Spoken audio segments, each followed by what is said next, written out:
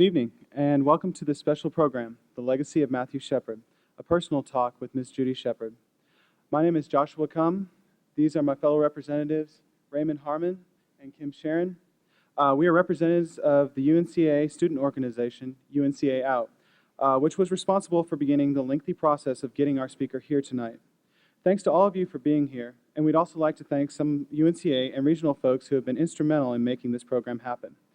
Chancellor Jim Mullen, Vice Chancellor for Student Affairs, Dr. Eric Yavakini, Vice Chancellor for Academic Affairs, Dr. Tom Cochran, the students of UNCA Out, the students of WHALE, Women Acting in Liberation, the students of Underdog Productions, the Office of Diversity and Multicultural Affairs, the Political Science Department, the Psychology Department, the Women's Studies Program, Housing and Residence Life, the Office of Multicultural Student Programs, the Counseling and Career Center, and Student Health Services.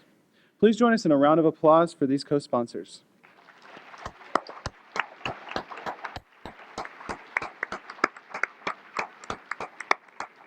Now, before we begin, I would like to add one note of a favor from the audience and for your co-audience members. If you could please turn off all electronic equipment, including cell phones and beepers, we would greatly appreciate it. We have a few related announcements that you may be interested in. First, the Senate Bill 392, the Matthew Shepard Memorial Act, is now making its way through committees in the North Carolina legislature. This bill would enact legislation to add bias against age, gender, sexual orientation, and disabilities to North Carolina's existing hate crimes laws. Please pick up information in the lobby about how to contact your state representatives if you wish to support the bill. The committee vote is tomorrow, so act now. Also in the lobby, Blue Ridge Equality Alliance is signing a petition to support the Matthew Shepard Act. We'd also like to tell you about two related special events.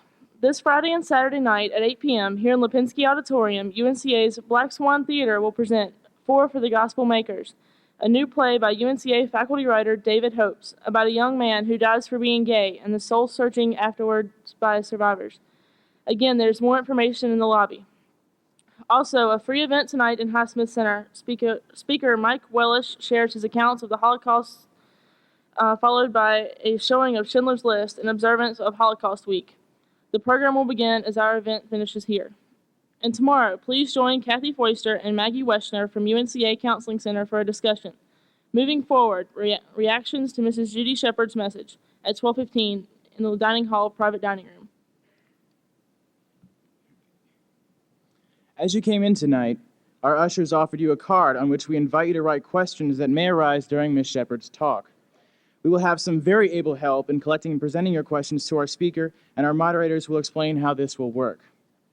Dr. Ken Betsalel teaches in the Political Science Department, and along with Dr. Heidi Kelly, who teaches anthropology, is co-faculty sponsor for the UNCA student organization Equal Access, which advocates and educates for the physically challenged populations on campus.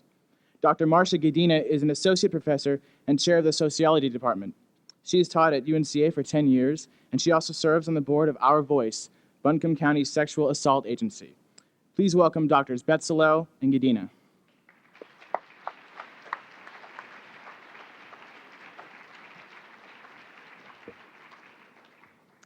Thank you, and welcome to the significant campus event. All those who have helped create this opportunity, and there have been many, have already been thanked. We would also like to express our appreciation to all of you who have taken this opportunity to learn more about the legacy of Matthew Shepard, as brought to us by his mother, Ms. Judy Shepard, and to use what you learned tonight to make UNCA a place not where difference is denied or denounced, but instead a community where difference is understood, accepted, and respected. Sometimes history has a way of choosing us. Judy Shepard did not choose to lose her son to a hate crime, but she has chosen to speak to us tonight about this experience. And it is our choice to listen to her with all of our hearts so that our minds will open, our actions will heal, and hate will no longer have a place in history.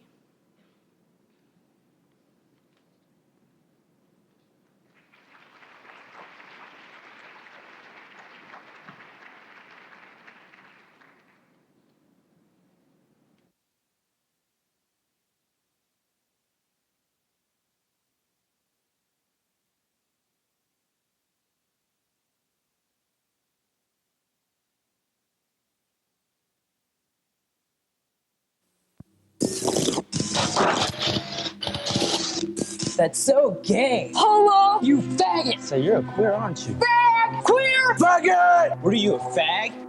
The next time you use words like these, think about what they really mean.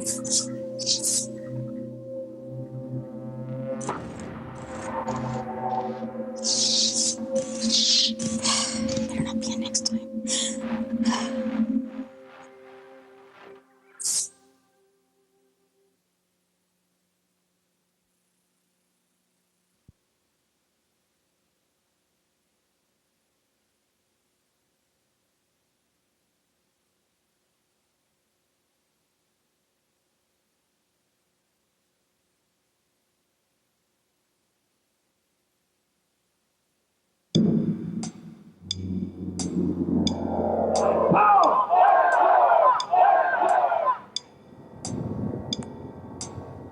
And hate starts with fear and ignorance of things you don't understand.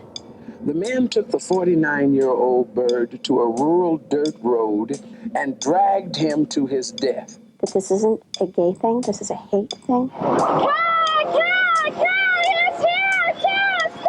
Hello, faggot. When I would think of Matt, the image that would come to mind was Matt alone and tied to a fence on the prairie. May have been hell. His family. We're not talking about lifestyles. We're not talking about color of skin. We're talking about protecting the rights of people.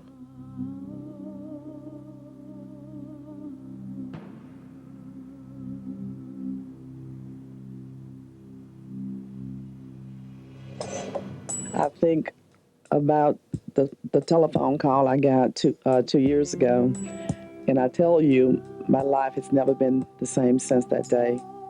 It was really early one morning when we got the call about Matt. And you always fear when you get calls at odd hours of the night. To lose him, even if he died a natural death, would have been hard for us. But the nature of his death, take it even a little bit deeper. We try not to dwell so much now on what he went through, because it would really eat you up inside. Having to be secretly ushered into the hospital because of the press and the crush of people outside, and then going into the room and seeing someone all bandaged and stitched and hooked to machines, and you're not even sure that this is your child because he just looks so different. But as you get closer and you see familiar things, you know, the color of his eyes, because one eye was kind of open, and little marks, you know, yes, this is your son.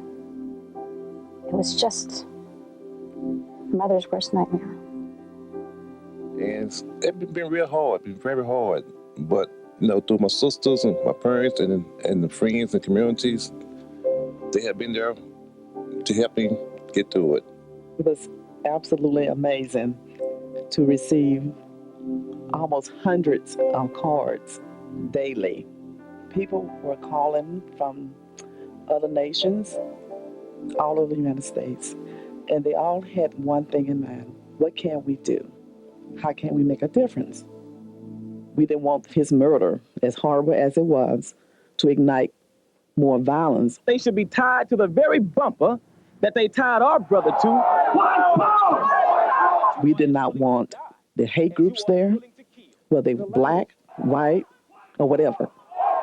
We did not want them with their own personal platform in order to bring racial tensions even higher in Jasper, Texas. We decided to organize the Jamesbury Junior Foundation for Racial Healing to bring the races together. Matthew Shepard was a young, innocent man. We weren't sure that we wanted Matt to be the martyr of the cause. We realized what we were really doing was trying to decide whether we were going to hide or speak out. And the more we learned about the gay community and the problems they were having and the hate crimes involved, we knew we couldn't hide. It just wouldn't be fair to Matt or to us. We, the family, have no adequate way of expressing our gratitude for the thousands of email comments, website messages. And so we started the Matthew Shepard Foundation. And the idea is to embrace diversity. Diversity is a blessing. It is not a curse. and that we all must learn to live together as the only race that really matters, and that's the human race. What Dennis and I do now is not about Matt anymore. We can't help Matt anymore. At many of the events that Dennis and I have done, we have met with other victims of hate and hate crimes.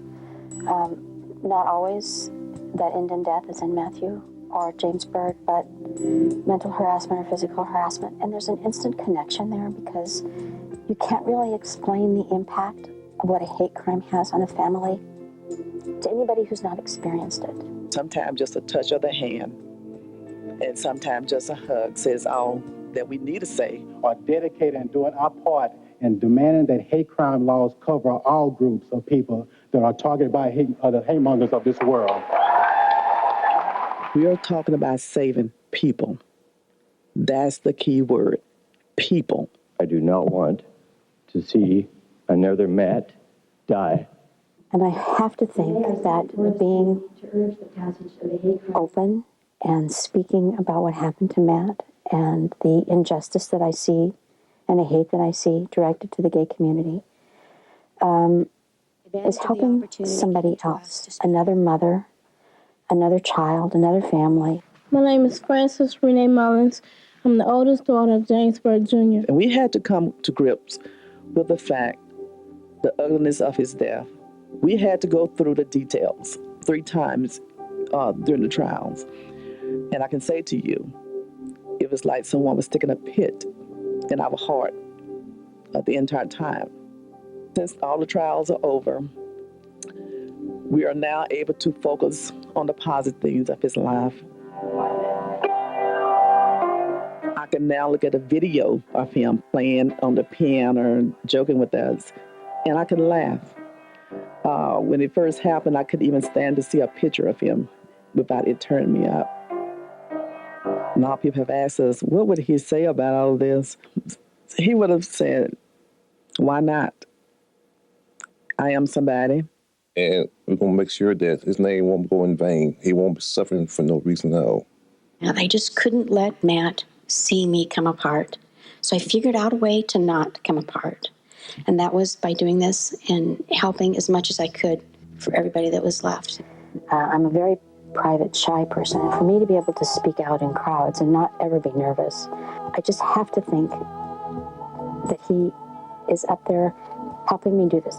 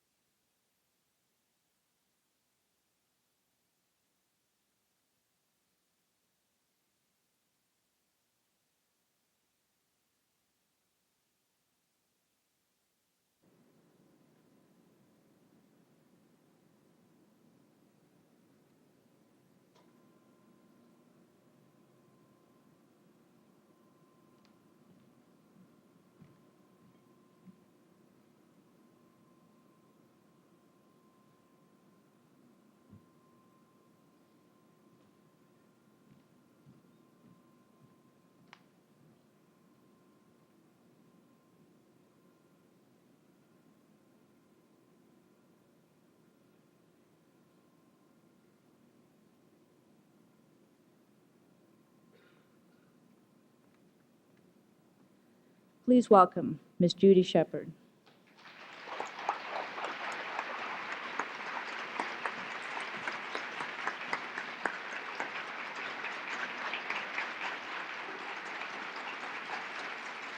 Good evening. Thank you.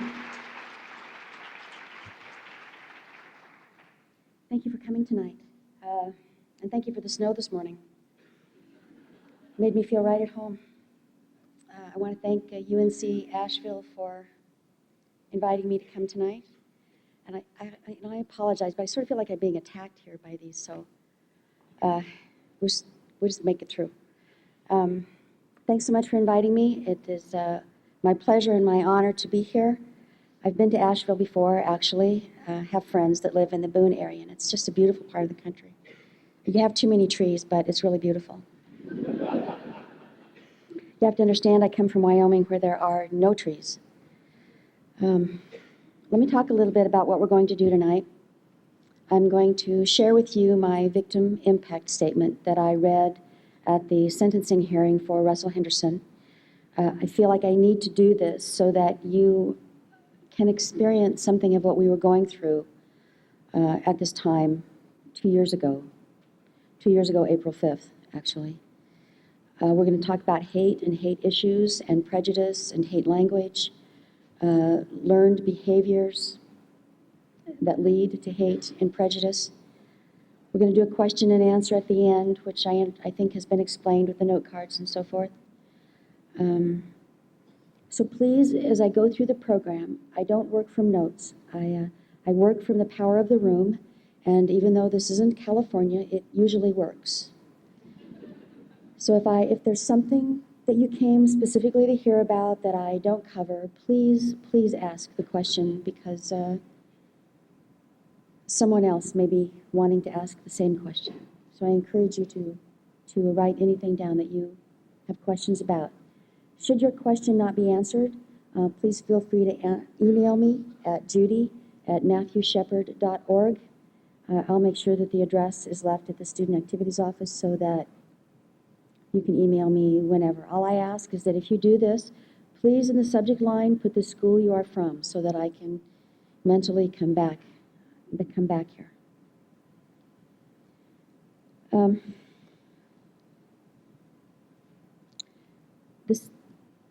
This is really hard for me to do, and at the same time, a good thing for me to do.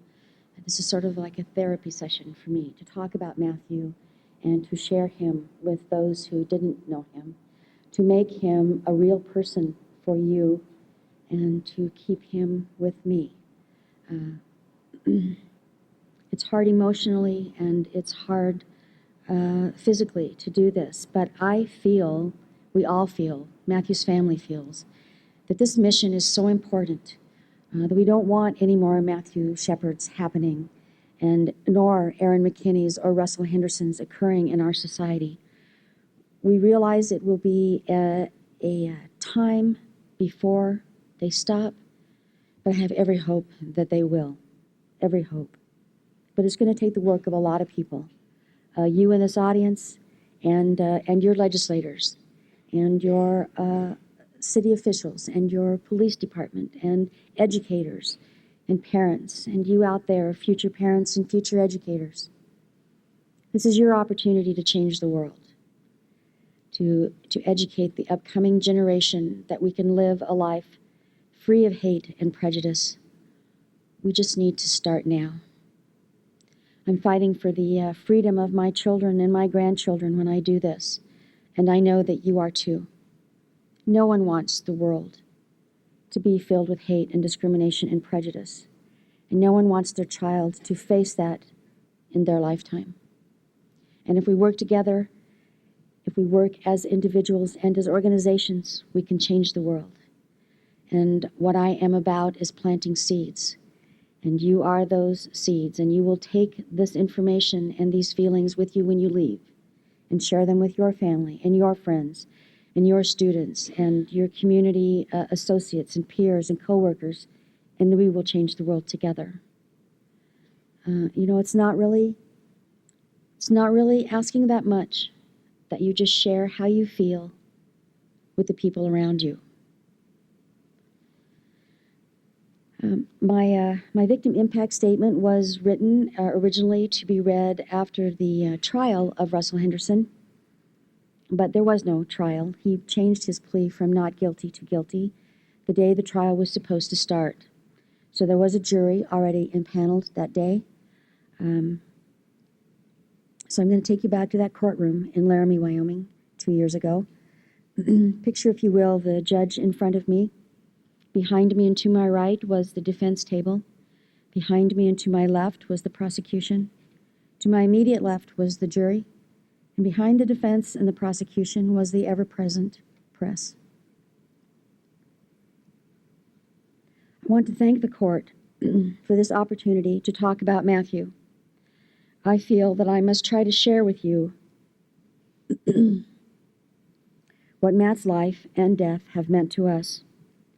It is important that he be revealed to you as a loving, vibrant, kind young man. You need to see him as we do to try and understand our loss. However, I'm not sure we really understand it yet ourselves. Matthew would be the first to say that he was not a perfect child. He made mistakes, but those mistakes hurt no one but himself. Matthew experienced many successes in his life and many disappointments. While still in elementary school, he became very interested in the theater, where he met many, many fine role models. He joined Stage 3, the local community theater, and was also in many of the college performances. In addition, he began to take an interest in politics and current news events. He was quite adept at understanding complex issues and equally adept at expressing his opinions on these issues. He had such hopes for the future, his future. He was always anxious for the next step, the next stage of his life to begin. Every new step meant new challenges, new friends, and new experiences. When Dennis and I made the decision to move to Saudi Arabia, the boys were thrilled. There are no American high schools there, so all students must attend a boarding school following graduation from the 9th grade. Matthew and his dad chose an American high school in Switzerland to finish Matthew's high school career. He was so excited to see a different part of the world. He thought this would be such a wonderful opportunity to learn about the world, to experience the different cultures, learn the languages and history of the other countries, not only the country where he would be living, but also the countries of the other students that would be attending the school. He felt these experiences could only help him define his future. All of these experiences opened his eyes and heart even more to the differences in people. He knew that judging people before knowing them was the loss of an opportunity. He never understood why everyone didn't think that way. He felt there could be nothing better on this earth than another friend. Matthew was a good and loyal friend to those who knew him. He was always considerate of their feelings, always there to listen, to share, to give whatever he could. He earned their love and respect, just as they earned his. I love him more than I can express in this statement. There aren't enough words to describe how much I love him. He was a soulmate, one of the few people we're fortunate enough to know in our lives that are an extension of ourselves.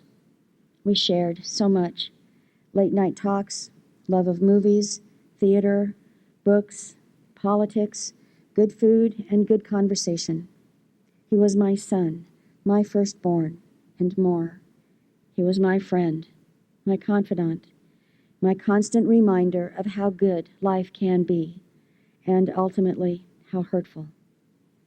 I will never understand why anyone would want to hurt Matt, to act with such cruelty, such complete disregard for another human being.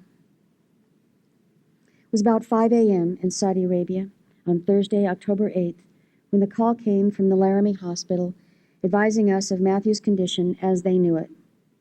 There was an 11-hour time difference between Laramie and Saudi Arabia. Every time we would get a call at such an odd hour, my first reaction would be a silent prayer. Please, God, let Matt be all right. This call, he was not. We began an eternal wait to get to Fort Collins, Colorado, where they had sent Matt. We hoped and prayed he would recover from his injuries. We knew he was critically injured and that his hold on life was tenuous at best, but we still hoped. Our highest hope was Matt's complete recovery. Our most basic hope was that he would hold on until we could be with him. We left Saudi Arabia on the first available flight, 19 hours after receiving the initial call. The trip seemed to last for days. A 6-hour flight to Amsterdam, a 6-hour layover. An 8-hour flight to Minneapolis, a 2-hour layover. a 90-minute flight to Denver, and a 90-minute drive to Fort Collins. A 25-hour trip after waiting 19 hours to begin. It seemed an eternity of not knowing if Matt was even still alive. We were unable to check on his condition once we began to travel. And when I would think of Matt, the image that would come to mind was Matt alone on the prairie and tied to a fence for 18 hours. When we arrived in Fort Collins late afternoon, Friday, October 9th, we were escorted into Matt's room. What we found was a motionless, unaware young man with his head swathed in bandages and tubes everywhere enabling the body to hold on to life. We heard the machine helping him breathe. We saw the screens monitoring his various vital signs. His face, swollen and covered with stitches. His right ear had been stitched, reattached, and was still bleeding. I wasn't even sure this was Matthew. When we approached the bed, I saw that this was indeed my precious son. I could tell by the cute little bump on the top of his left ear. And one of his eyes was partially open. I could see the clear blue color, and who could mistake those long black lashes? But the twinkle of life wasn't there anymore. And those braces, I could see his teeth clenching the tubes. Those braces were unmistakably Matthew's. We kissed his face, stroked his arms, held his hands, and talked to him. We so desperately wanted him to know we were there. There was some kind of response. He began to shake, and his arms and legs went rigid. We thought maybe he was aware of our presence. But no, it was an involuntary response to the touching. I was thinking, how could anyone feel so threatened by this tiny, sweet child that they would do this to him? Such an act of cruelty is incomprehensible. Logan, Matthew's younger brother, refused to go into the room. He didn't want that image of Matt to be the one that would appear when he would think of his brother. He wanted the smiling, laughing, bright-eyed, handsome young face to come to mind. It wasn't long, however, before he realized that this was probably the last opportunity he would have to say goodbye, his last chance to say once again, "I love you." I'll never forget that look of terror on his face when he first saw Matt. He was trembling, tears streaming down his face. He went over to the bed, picked up Matt's hand, and put it to his cheek. He asked us if he could be alone. We left the room, but kept an eye on him, using the monitors at the nurse's station. We had to make sure he was okay. We could see him talking to Matt and stroking his face while holding his hand. We were all painfully aware that Matt would never wake up. We spent the next few days with Matt. Various relatives and family friends and friends of Matt's had come to be with us. Sunday night, shortly after having left the hospital and close to midnight, we received a call from the hospital telling us we needed to return immediately. When we got to Matthew's room, we were joined by friends and other members of the family. We circled his bed, each of us trying to touch him, to hold on, to keep him with us. Each of us thinking we need more time. At 12:53 a.m. Monday, October 12th, Matt was no longer with us. We joined hands, wept, prayed over him and for ourselves. There was a kind of relief that Matt was no longer suffering, but also the realization that our suffering was just beginning. We knew, of course, that the two men and their girlfriends had been arrested and were in custody. That gave us an immense sense of hope that those responsible for Matt's death would receive due process and be punished accordingly. And what would our lives be like now without Matt? Logan had planned to attend the University of Wyoming. He and Matt were going to live together, both looking forward to the time they would spend together getting to know each other once again. That hope was killed. All our hopes for Matt were killed. All the hopes and dreams that were Matthew's were killed for $20 and some twisted reason known only to his killers. While Matt was in the hospital, Many people concerned about him began to send money to help defray medical costs. As a family, we decided we would rather use that money to make something positive come from something so completely devoid of humanity. We have started the Matthew Shepard Foundation and are hoping that it will be helpful in encouraging acceptance and embracing diversity. It is one way we can honor our son. How have our lives changed? I can't answer that yet. I know personally that there is a hole in my existence. I will never again experience Matt's laugh, his wonderful hugs, his stories, hear about his ambitions for the future. There are days when I think I can't go on.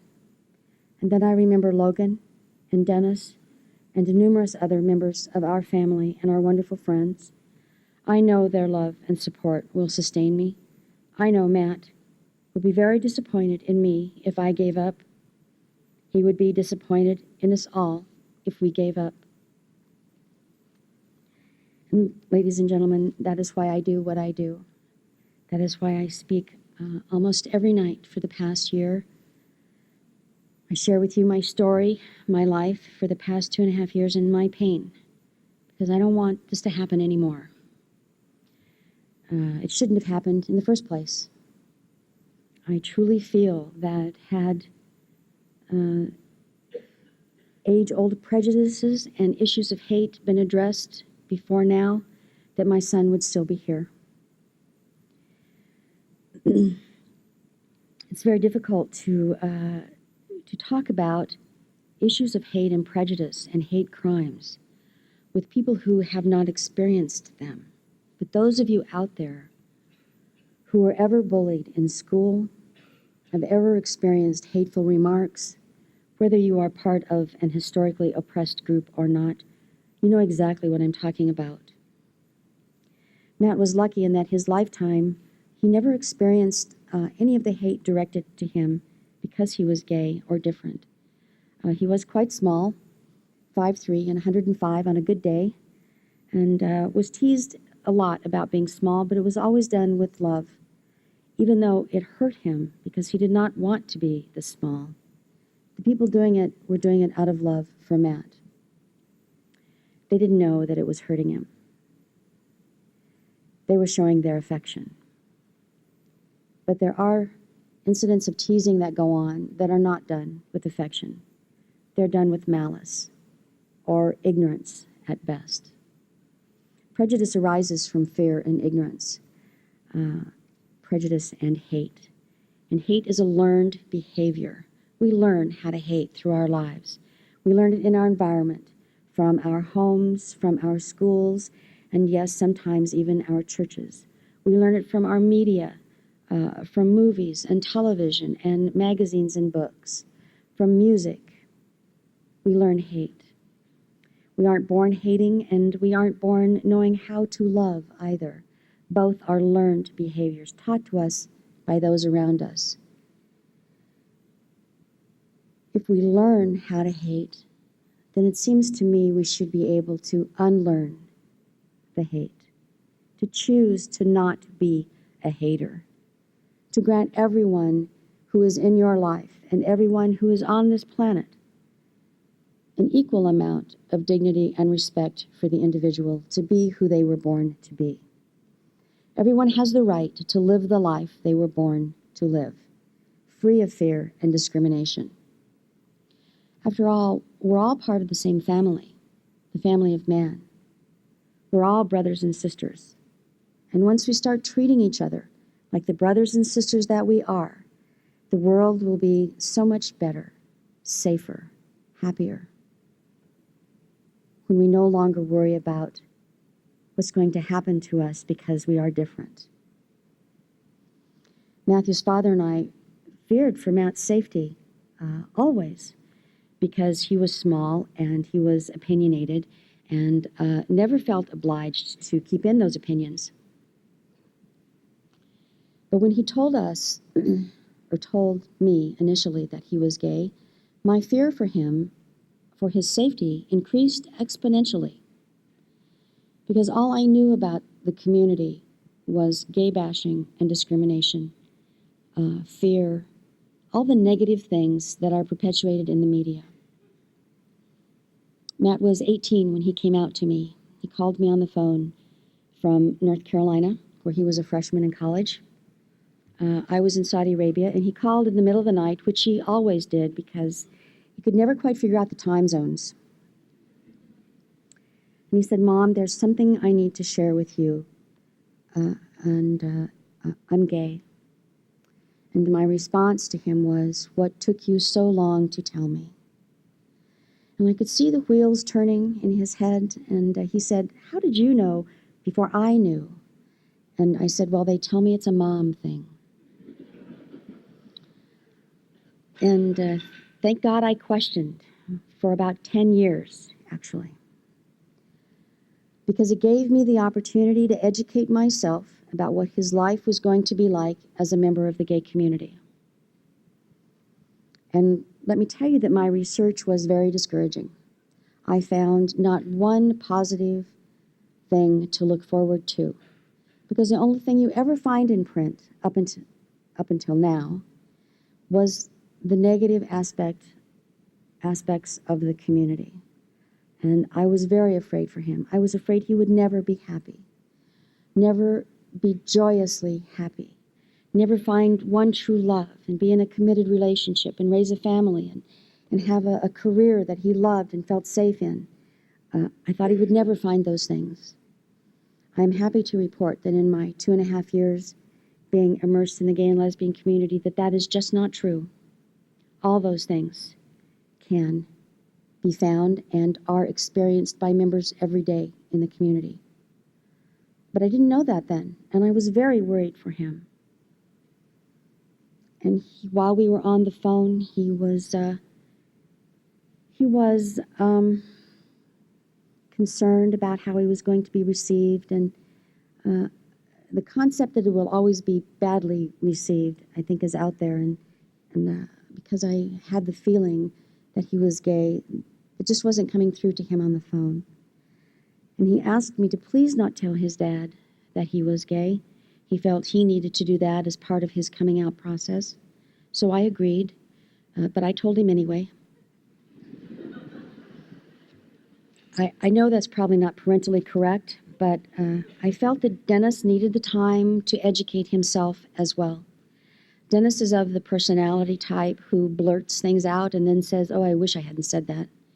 So when I told Dennis, he said to me, "Well, he just hasn't met the right girl yet." Okay, I did the right thing.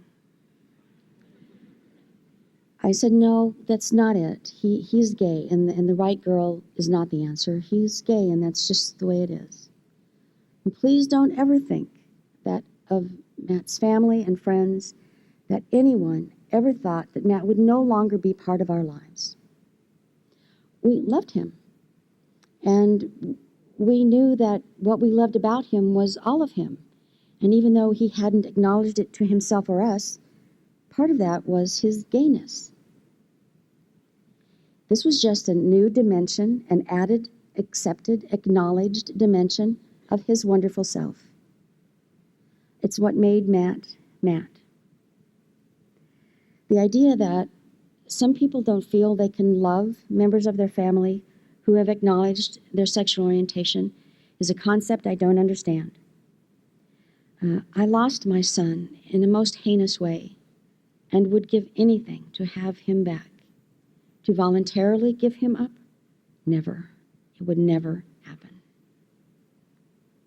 Would never happen. I can't imagine how it would have been had we not accepted Matt's sexual orientation and this had happened. Or he had not felt comfortable enough telling us that this part of his life would have been a secret to us, from us. It would have been devastating to have not ever known who Matt really was. I have 2 dreams that I'm going to share with you tonight. One is that the media would stay for the entire Gay Pride Parade, not just the first few rows. And please don't think that I'm not respecting those first few rows, because that is not the case. But everybody needs to see the people at the end of the parade, the wonderful representatives from PFLAG, the people in committed relationships, raising families, successful in their professional life, successful in their personal life, you know, the boring people.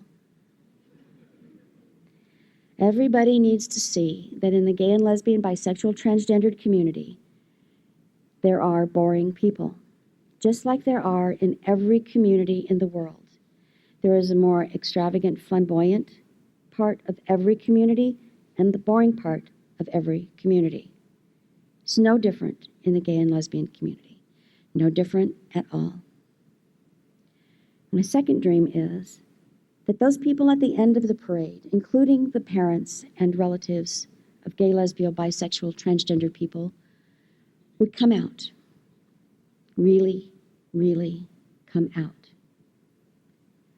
Because the world needs to see that those boring people are part of the gay, lesbian, bisexual, transgender community, not just their coworker who they may think is, not gay. They need to see that you are just like them, because they're not seeing that now. Parents need to come out, so other parents will come out and be set free. Be set free.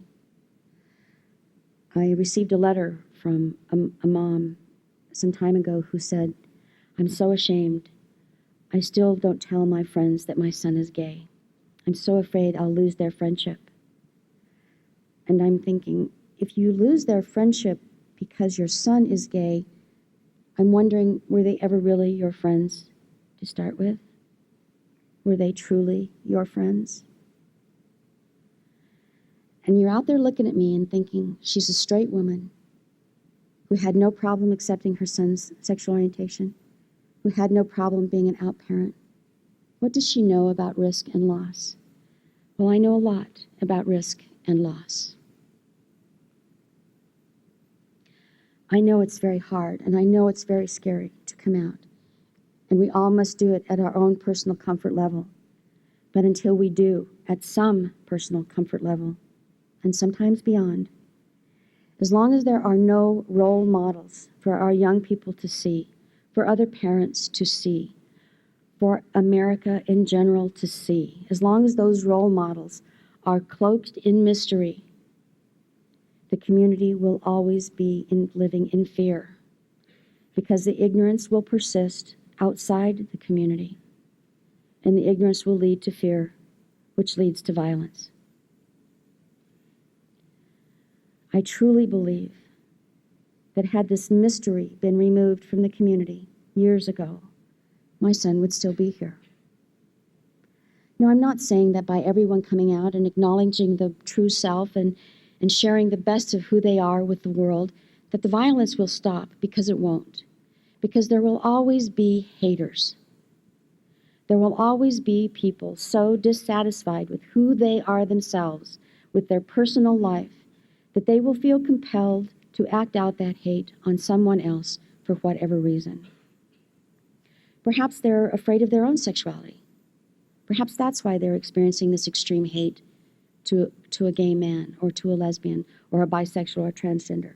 It's something about themselves personally that they don't understand or they don't like. Or something in their life isn't going right. They have to have somebody to blame.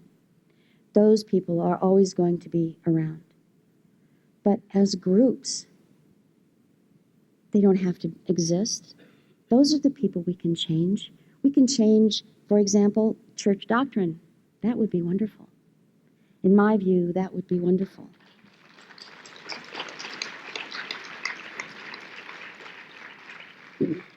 I know there are many churches of many denominations who have in their parishes support groups for the gay and lesbian community. And it receives the support of the congregation and of every church that I know except for two. But the doctrine remains in the past. And I know it's a matter of time and it will change. I just know it's a matter of time. And in our schools, we find frequently that faculty and staff and administration are more often a part of the problem than they are a part of the solution. in particular, teachers who have, now I know this is kind of a blanket statement, so please don't be offended, but in particular, teachers who have tenure and are hating their job and don't want to be there anymore and are just waiting to retire. They don't want to cause any waves. They don't want to change anything. Their lives have been perhaps permeated by prejudice, and they're part of the problem. They're part of the problem when they don't step up when children use hate language. They're part of the problem when they see bullying going on in the hallways and on the playgrounds. Playgrounds, yes. Elementary schools, absolutely. Middle schools, you bet. They use that hate language every day. From the video you saw at the very beginning, that hate language is everywhere in our schools. Children using those words, they have no idea what they mean. They just know that that's an insult. I don't know how it ever got to be an insult, but that's what it is. And teachers and individuals, parents who don't take a stand against this hate language are actually implicitly giving their permission for the hate to continue and sometimes even grow, for the hater to move to the next step. Now, Russell Henderson was an Eagle Scout. Now, what happened to him between the time he was an Eagle Scout and the time he became a murderer? Did no one in his community want to step in? Did no one see what was happening to him? Did no one care? Do I blame those two young men for murdering my son? You bet. I blame society equally. Because society allowed them to think it was okay. Those two men never once thought anyone would care if they hurt or killed a fag. One more fag gone. Hooray. They did not ever think anyone would care. No one cared about Matt. No one loved Matt. He was less than human to them. And so they felt he was less than human to everyone else. Those two men, for a period of time, were signing autographs in prison. They regard themselves as heroic. I don't know how long that's going to last, given where they are now. But they still do not think that they've done anything wrong. And where did they get that idea? From society as a whole. Not the city of Laramie, not the state of Wyoming, society as a whole. Now, I know it's going to take a societal shift for people to change their minds, for people to understand that there's a better way to live than one immersed in hate. But there is. And it's a conscious decision that we can make. There doesn't have to be a blinding light that tells us there's a better way. We just have to decide there's a better way and make that commitment to share it with the world and to be the better way. Gandhi said, you must be the change you want to see in the world. Live your life by example. You want your children to be exposed to diversity, to understand that there are other ways to live that are wonderful, to experience that are wonderful, then you must live that life as well. You must teach your children about diversity, about different cultures, different religions. Explain to them the world. This is how the world is going to get better. Anything we don't understand, we fear. And if we choose not to educate ourselves about it, if we remain ignorant, we become more fearful. And that leads to hate, and that leads to violence.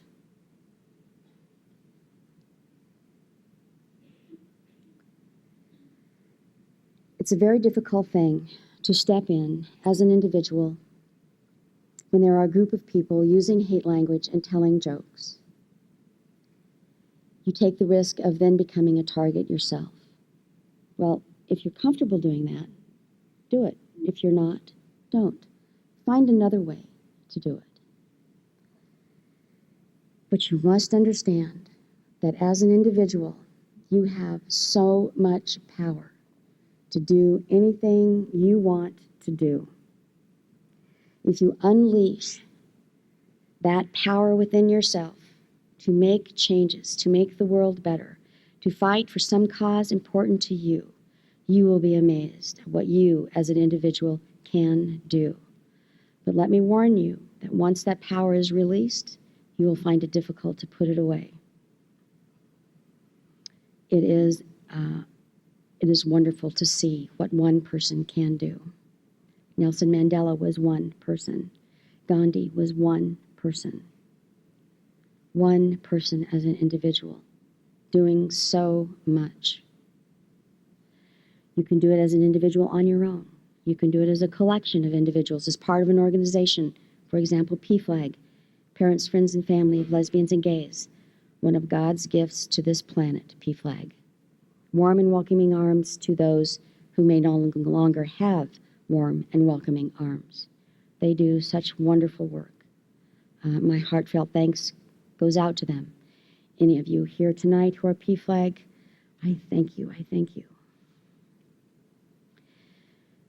If any of you here are interested in these issues, lesbian and gay, youth, or any issues at all, I encourage you to find some way, somewhere, somehow, somebody to help out.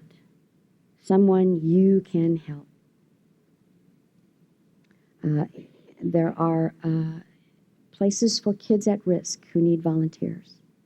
PFLAG, I'm sure, would love to have your help. Political associations, political parties, the Human Rights Campaign. Any of these are looking for bodies to help. And if these subjects are of interest to you, get involved. Be part of the system. You must be part of the system for things to change. If you don't think that what goes on in D.C. on Capitol Hill does not affect you, you are wrong. Everything they do affects you in some way. You must be an informed voter, and you must vote. If nothing else, the election of 2000 has taught us we must vote, how important one vote can be, especially when they're all counted.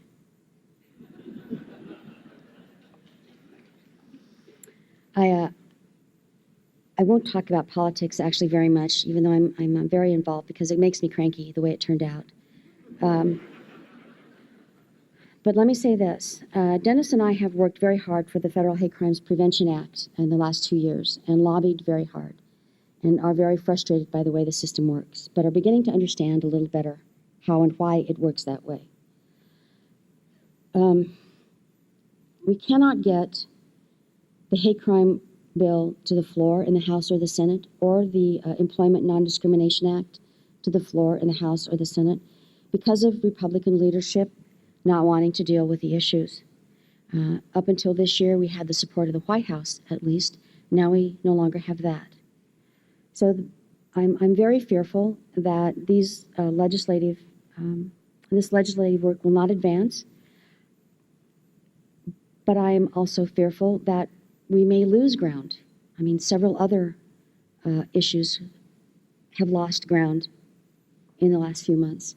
And I'm just, I'll be content if we can just manage to hold on to what we've gained so far. And then in the next 2 years or so, maybe we can make some changes. But right now, we're just kind of stuck. My point being that you have to be part of the system to make any changes. You have to be informed. You have to let your congressmen and your senators know where you stand, one side or the other. Because if you don't let them know, then they're just going to guess. And a lot of them have not been guessing correctly. Survey after survey shows that the constituency in the U.S. wants the federal hate crime bill to pass and the Employment Non-Discrimination Act to pass. This is common sense. This is equal rights. This is equal rights. You shouldn't be able to lose your job because you're gay, lesbian, bisexual, transgender. That's not right. This is a matter of common sense. And the constituency repeatedly in surveys says, pass these two bills. But we can't get them to the floor. Last year, on a floor vote, the hate crime bill, in its original language, written by Senator Kennedy, co-sponsored by Senator Smith, a Republican from Oregon, was attached to a defense appropriations bill, and it passed on a floor vote in the House with the language intact. Went back to the House, passed on the floor of the House with a non-binding vote, went to committee, and was defeated in a partisan vote. Defeated in a partisan vote. So it's not that we can't get the support for these bills, for them to pass, it's that we cannot get them to the floor. Email your representatives, call your representatives, even if they don't individually read or talk to you or or understand your position personally, sometimes sheer volume makes the difference. That also works for your state legislators. I understand there's an amendment coming to vote tomorrow in a Judiciary Committee. You've been asked to sign a petition. If this is something you're interested in, please do it. Please do it. You have to participate in the system for things to change. One of the reasons we moved to Saudi Arabia was Dennis and I wanted our children to understand what a privilege and an honor and a responsibility it is to be citizens of the United States, and what it is like to live in a country where you have no say whatsoever about what goes on around you. When Matt came back to the States, the first thing he did when he was old enough was register to vote. One of the things they found in his wallet after he was beaten was his voter registration card. He registered to vote in Laramie the second day he was there. He understood that being part of the system is how we make changes. You cannot complain about things not working if you don't participate. If you don't vote, you have no right to complain. And one vote counts. Or it should. Okay, moving on. Back to the phone call when Matt called me to tell me he was gay. He asked me, did I think I would like to join PFLAG? They're a support group, parents. I talked about them earlier. And I said, Matt, I would love to do that, but I'm living in Saudi Arabia and I don't think they have PFLAG here. And they didn't, and they still don't. When I came back to the States to work on my graduate degree, he asked me, would I now like to join PFLAG? And I said, well, I'm living in Wyoming. I don't think they have PFLAG here. And they didn't, and they still don't. He said, I know that you don't think you need them, but I'm sure they need you. So any parents out there, if you're not already members of PFLAG, please consider joining. And please consider being out parents, because it would mean a lot to other parents to see the faith that you have in your son or daughter. Dennis asked me when I do these, did I ever feel like I was speaking to the choir? And I said, well, the people I really should be speaking to just don't ask me to come. And he said, that's okay, because even a choir needs to rehearse.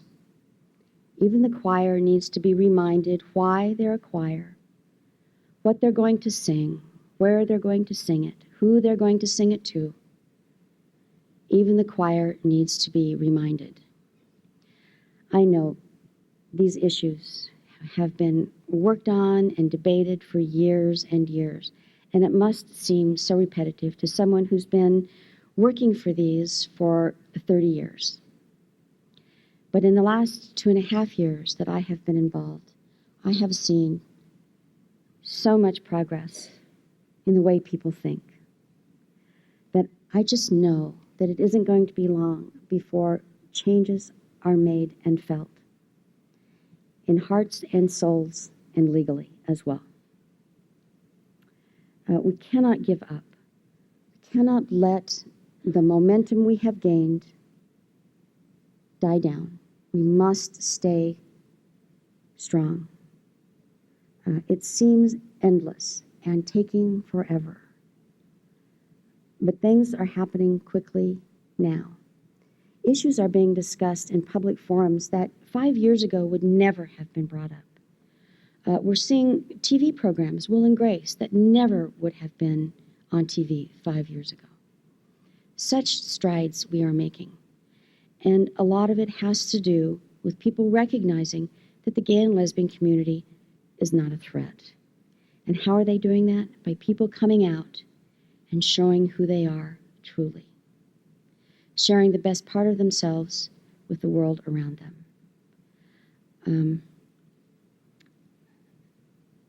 I repeat this in my words because I want you to understand how important I think it is. When you come to see me speak, you get my story and my opinions. And I'm not a professional speaker. I'm a mom. And everything I tell you is from the heart of a mom. And from what I have learned from speaking to countless members of the gay and lesbian community, political figures in D.C., and state legislators, I have an understanding now that, quite truthfully, I wish I was still at home with my husband, and both of my sons were in college. Not one, but both.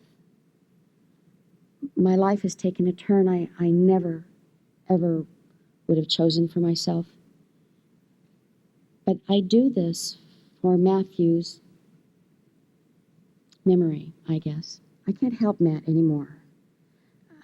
But I can certainly do what I can to help those who need it, who are still here. Matt was always very interested in social justice issues. From the time he was old enough to talk, he was aware when people got their feelings hurt and didn't understand why people continued to hurt each other. It's something he never understood, why people just couldn't accept each other for who they were. The best I can do is try to keep that message alive. And it seems particularly appropriate to do that for the gay and lesbian community because Matthew happened to be gay.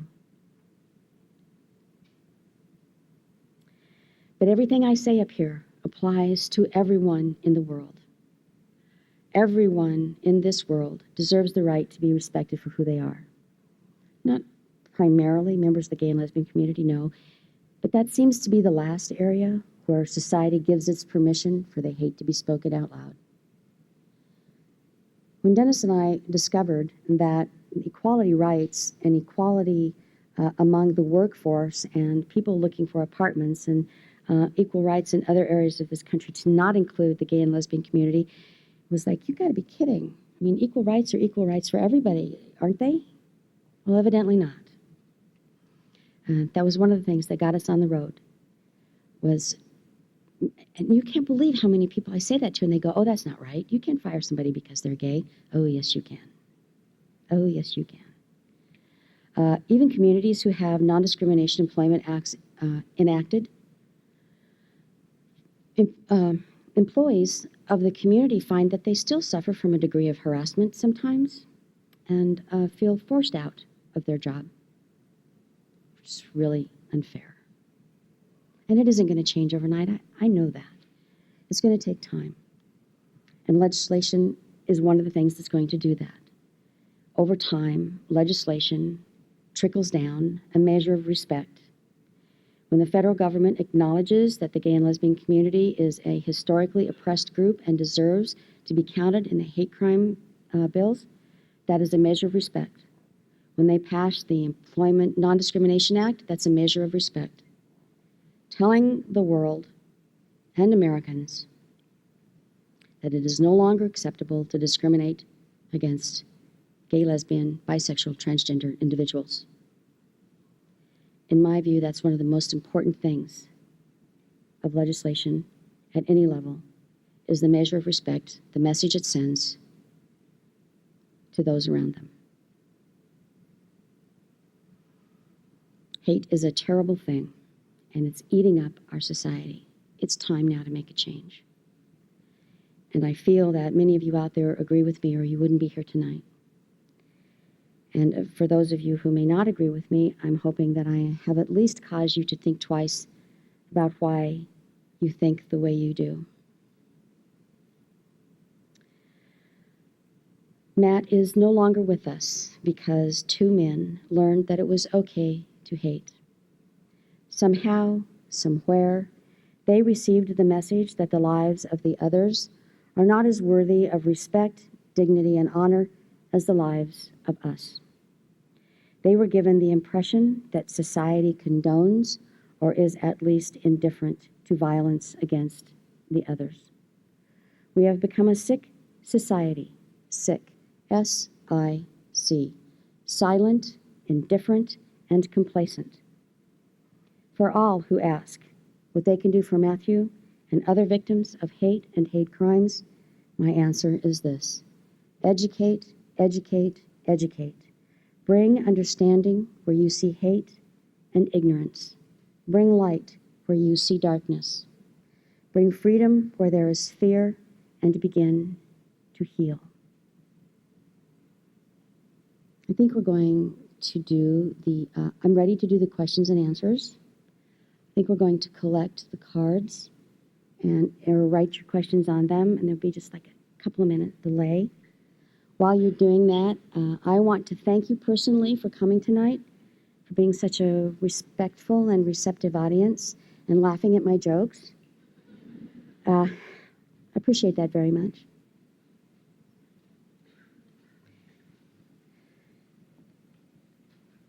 Yeah. I guess I'm just going to stand here while y'all explain about the cards and stuff, eh? Okay.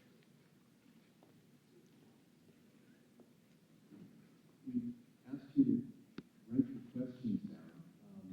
We just thought it might be the best way to quickly and concisely ask the questions.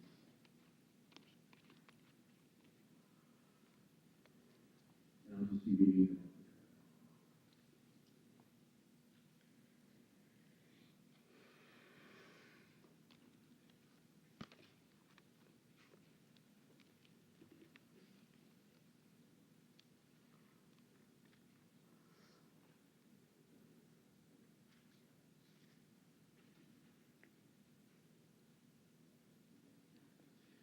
Okay, the first question is, what do you feel is the best way to deal with young people who use language like gay, queer, fag, etc. as hate language?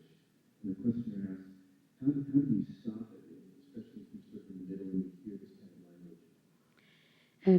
I'm not really sure that there's any effective way to do it if they're fully convinced that it's okay to do that. In my experience, the only thing I have found that I feel comfortable doing is just to let them know that I don't find it amusing or funny or appropriate, that it's just mean. Oftentimes, people use the hate language and use the jokes to appear cool to their peers.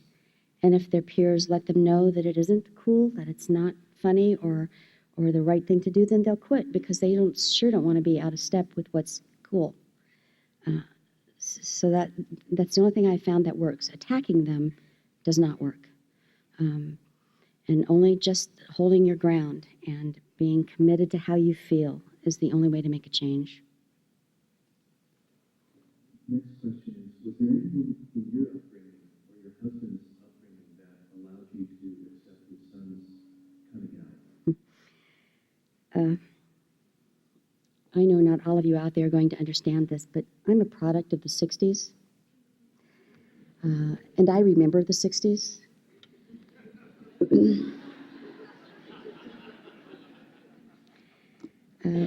When I was younger, back when rocks were young, the music that we listened to and the political figures that we idolized and the social justice issues that were going on at the time were all about hope for a better world. And it was about loving everybody and accepting everybody, and that love was the answer, not despair and hate and violence. We'd had enough of that, and we just knew that it wasn't the answer. It didn't work, and that's what Dennis and I had in our formative years. It certainly was not our parents. It certainly was not that. My father-in-law was a terrible bigot. He was a wonderful man, but he was a terrible bigot. And my mother says the most amazing things sometimes. She just, I just want to put her in the bathroom and shut the door. But that's what we learned in our formative years, was the feelings of the 60s. And I find it so depressing now that the music of today is just filled with despair and no hope. No hope. Maybe I've not listened to enough of it or all of it, but I never hear it talk about hope.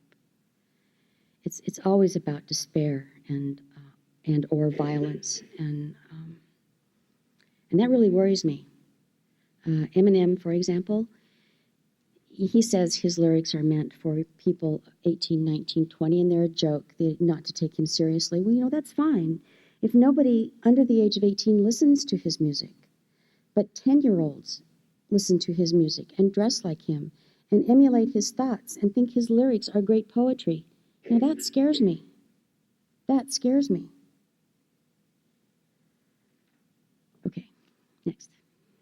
Next question is, do you have hate in your heart for the men who killed your son? And if there was a follow-up question to that, how do you deal with the feelings that you do have? I never hated them and don't now. I don't blame them, don't hate them.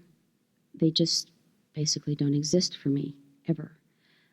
I was not going to let myself become one of their victims as well. All of us, my younger son Logan, my husband, all of our family members and friends, all sort of made an unconscious pact with each other that we were not going to go to that dark place ever, that we were going to ensure that something positive came from this event. If we were to go down the road of hatred ourselves, we couldn't accomplish anything. We'd still be in that dark place. Nothing good, no educational experience would have happened for anyone if we'd gone down that road. There were times when my husband expressed the desire to just be left alone with those two men in a room. But that was but he understood that wasn't the way we could live. We just were not going to let them kill us too. So we just made the conscious decision to not ever, ever hate.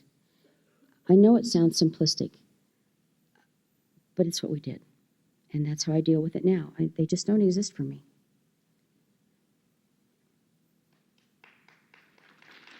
Thanks.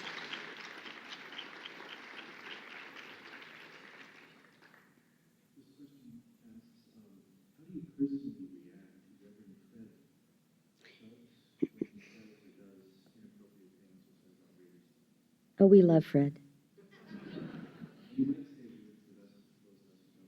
Okay, okay. In the video, there was a group of people carrying signs that said, "God hates fags." That was the Reverend Fred Phelps and his followers, mostly his family. He has the Westboro. He is the self-proclaimed minister of the Westboro Baptist Church in Topeka, Kansas. And his lifelong mission is to ensure that everybody knows that gays go to hell. He has a running daily total of how many days Matthew has been in hell on his website. I am now on one of his signs. I guess that means I'm famous now. But if Fred knew how much work he does for the gay and lesbian community, I'm sure he'd just stay home.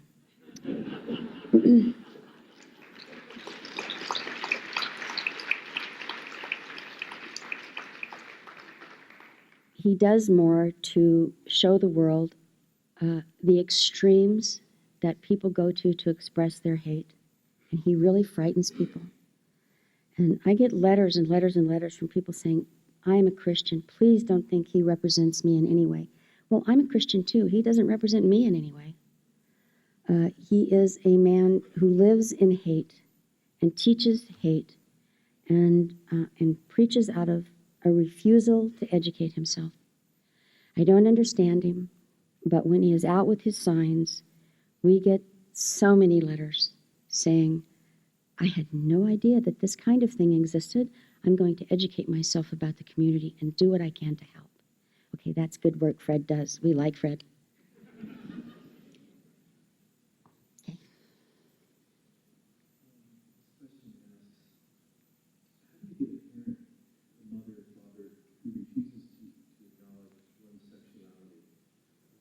Person writes, "When I try to tell my mother I'm bisexual, she tells me I just haven't figured out who I am yet. How do I get her to understand my sexual orientation is a fundamental part of me? How do I get her to understand who I am as a person and how important my own being is and so forth?" Yeah, if I had the solution to that problem, I would be there and not here. This is one of the most difficult aspects of acknowledging sexual orientation, is the very real fear and the very real possibility of alienating those who love you.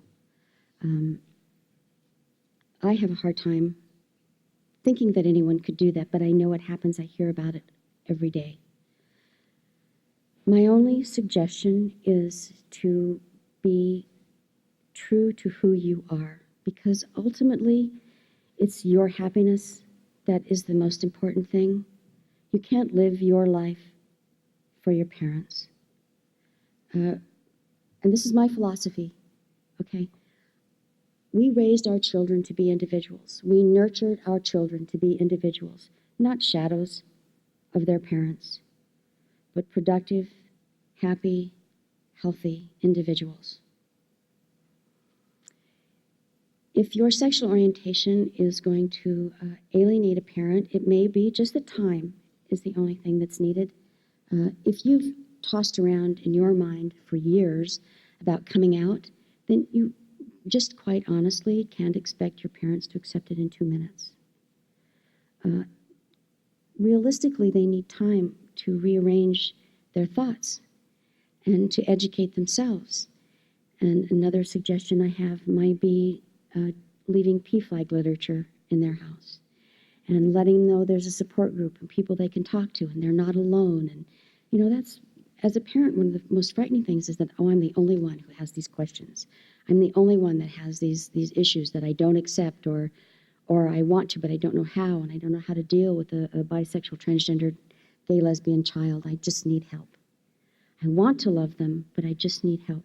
So sometimes time is really the answer. The one thing I strongly suggest you not do is burn bridges. And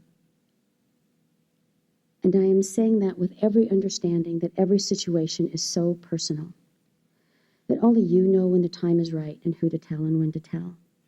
And only you know your situation regarding your family and friends.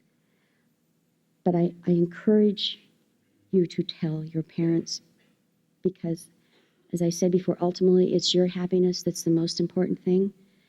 But if you wait 20 years and then you tell your mom and you found out she's perfectly fine with it, you've wasted 20 years. And don't you think it's better to know one way or the other than to make it the worst thing possible in your head? I wish I had a definitive answer, but I just don't. This question asks, by arguing that hate crime is an absolute wrong that should be legislated against, how can you then argue that we should be tolerant of other views and other people's lifestyles?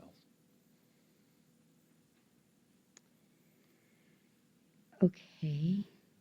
It seems a little like apples and oranges to me, but advocating that hate crimes are different than regular crimes is delineating a difference in intent. And it certainly shows a lack of tolerance. So I guess I'm a little confused by the question then asking me if we're not showing tolerance by saying hate crimes are different. Is that? Well, as I understand the question, it really is one of, if you're asking for toleration, I'll read the question. Okay. That might be the best way to get at it. I'm trying to summarize it here, and maybe if you can make sense of it, it'll be good. I'll give it a go. If the main problem is ignorance, here's the question. If by petitioning to establish a law against hate crimes, by seeking an absolute moral law or standard by which to judge something wrong, absolutely wrong, how can anyone say simultaneously that there is no absolute moral standard that should govern our lives as well? Okay. Now, I've been reading essays all week, so I can tell you that's a difficult question. Well, I'm perhaps missing the gist of the question entirely, so I'm just going to give this really brief answer, and that is, I don't think any world wants to tolerate outward expressions of hate. I don't want that to be part of my world. And I want those who are haters and feel they need to act on that hate, they need to know that's unacceptable in civilized society. It's wrong, in my opinion. And since I don't totally understand the question, I'm just going to move on. Okay. Next question is, as you've traveled around the country, have you experienced any variation in terms of how your message is received, let's say from urban to rural areas or different parts of the country, or has your message been received about the same everywhere you go? It is received differently and interpreted differently as well. But perhaps not as differently as you might think. I come from the state of Wyoming, 450,000 people, 8th largest in area in the U.S., lowest in population. We are outnumbered by our sheep. Now, that's our diversity. We have more critters in Wyoming than people. I was in college before I had any interaction with a person of color. I was in college before I had my first experience with international cuisine, and that was a taco. So to answer the question, in that context, there is absolutely a difference in the way people receive what I have to say. Because for lack of a better word, there is a level of sophistication regarding diversity. If you've come from New York City and you've experienced what you think is every kind of diversity there is, as opposed to somebody coming from Glen Rock, Wyoming, which is where I grew up, okay, this is apples and oranges, okay? I had no experience. They've experienced everything. They understand every culture, the subtleties, the changes, everything. I knew nothing. There is a difference in the way things are interpreted that I say, depending on where I am, based on people's experiences with diversity and their willingness to learn about diversity.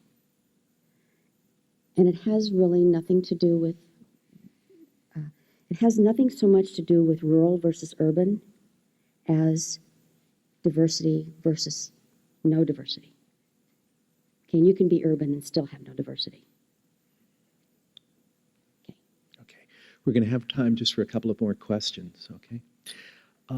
Have any organizations, religious or otherwise, come out against you and the message you're trying to get across?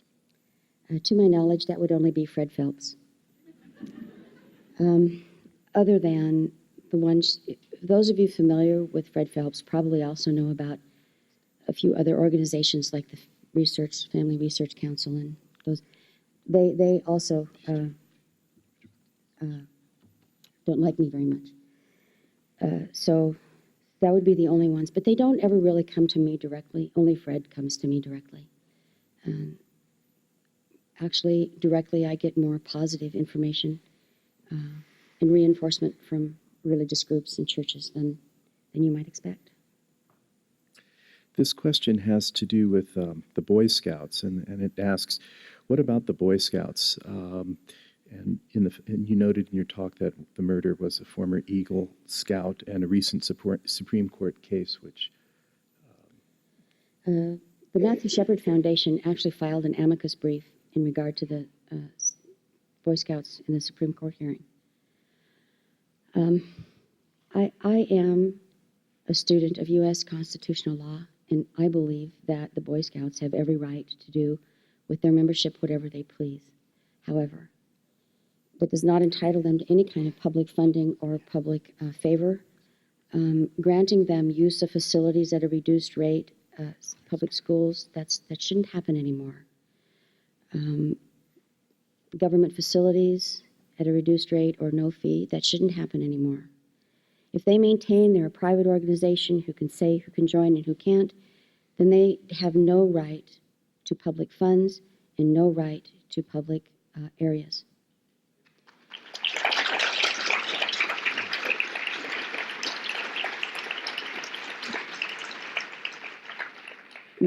Both of my sons were in Scouts. I was a den mother for both of them and discovered my own little area of discrimination when I found out that as a woman, I could no longer be a leader when they became past Webelos.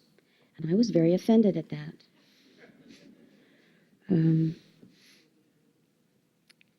The national headquarters of the Boy Scouts of America is sending a terrible message to our youth, that they are telling them that it's okay to discriminate and to exclude.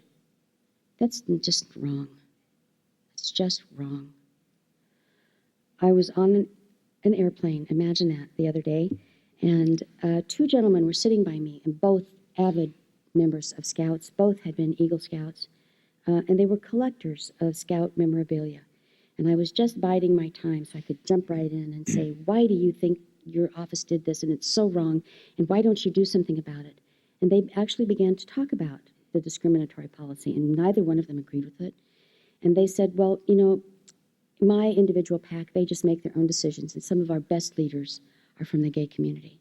Oh, I was just applauding in my seat. Because I think, really, when push comes to shove, that it's the local PACs who make the final decision, and they understand that this discrimination is wrong. And they will be passing that message to their young people, not the one from the national headquarters.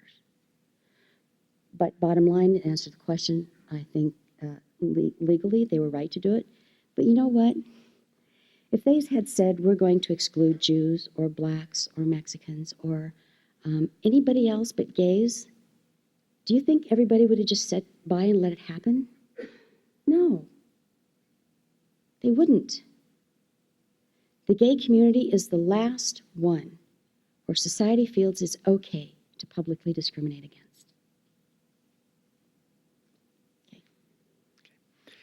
The last question, unfortunately, is what is the focus of the Matthew Shepard Foundation, if you could tell us something about that? We are basically just brand new. We organized and incorporated and filed for 501c3 3 months after Matthew died because we had this money and didn't know what to do with it. We have been given a 501c3. We did not publicize nor do any foundation work until all the trials were over. I am basically right now the foundation. I have a board of directors, but my assistant and I are the only ones who do anything with the foundation. And of the 100,000 letters and cards, 2.5 years later, we're finally ready to send out acknowledgments. I am on the road all the time doing this and can't really do foundation work.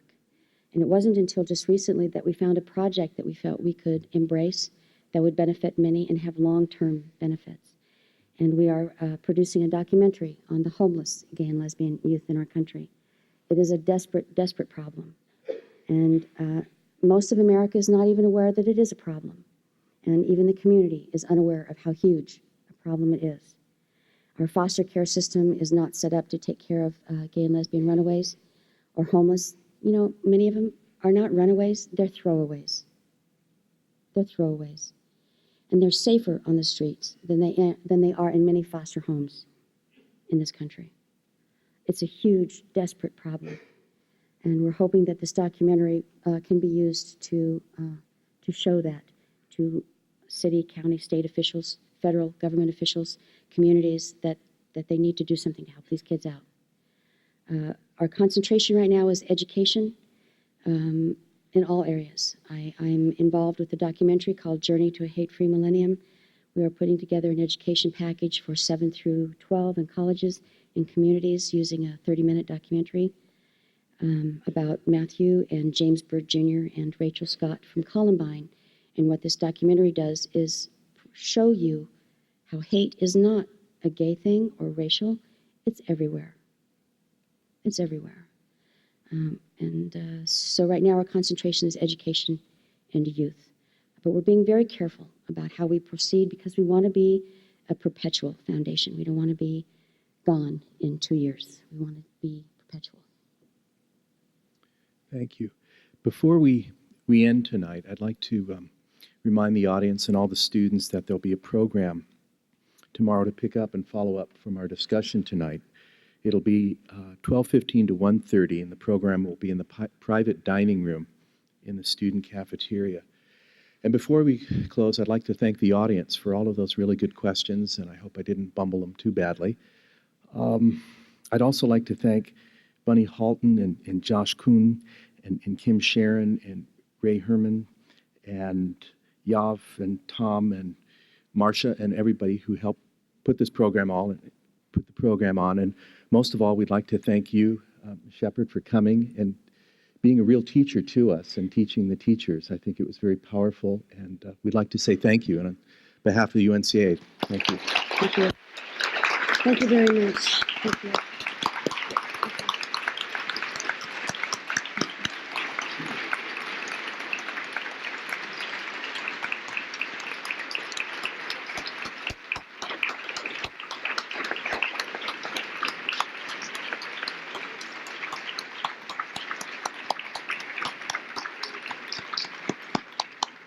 Thank you all.